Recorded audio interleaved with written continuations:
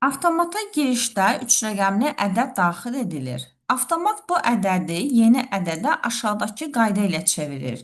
Ədədin birinci, ikinci rəqəmləri və ardıcıl olaraq ikinci və üçüncü rəqəmləri bir-birinə vurulur və alınmış ədədlər artan sıra ilə yan-yana yazılaraq yeni ədəd alınır.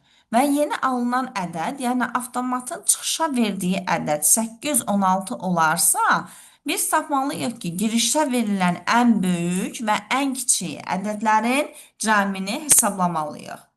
Avtomatın çıxışa verdiyi ədəd 816-dırsa, mən düşünürəm ki, buradakı ədədlər artan sıra ilə yan-yana yazılıb və 816 alınıb. Belə çıxır ki, 8 və 16-dır.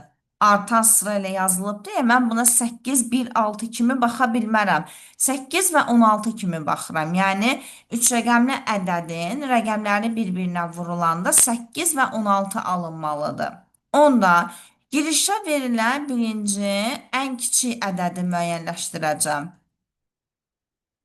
və 3 rəqəmli ədəddir. Ən kiçik 3 rəqəmli ədəd 100 ilə başlada bilərəm. Və hasilin 8 və 16 alınması üçün ikinci rəqəm 8 olsun. Hansı ki, bu 1 ilə 2-nin hasili bizə 8 verəcək. Üçüncü rəqəm də 2 olsun. 8 ilə də 2-nin hasili bizə 16 verir. Bir-birinə vuranda 8 ilə 16 alınır və bunlar artan sıra ilə yanaşı yazılanda 816 alınmış olur. Deməli, girişə verilən ən kiçik ədəd 182-dir. İndi isə girişə verilən ən böyük ədədi tapmalıyam. Ən böyük ədədi də 800 ilə başlada bilərəm. 800 neçə? 820 ilə davam edəcəm. 820, yəni 8, 2 yazsam bunların hasili 16-dır. Digər rəqəm də 4 olsun ki, bunların da hasili bizə 8 versin. Yəni vuranda 16 və 8 alınır və bunları artan sıra ilə yazanda 8 və 16 kimi yazırım. Yəni 816-nı yenə də bizə verir çıxışa.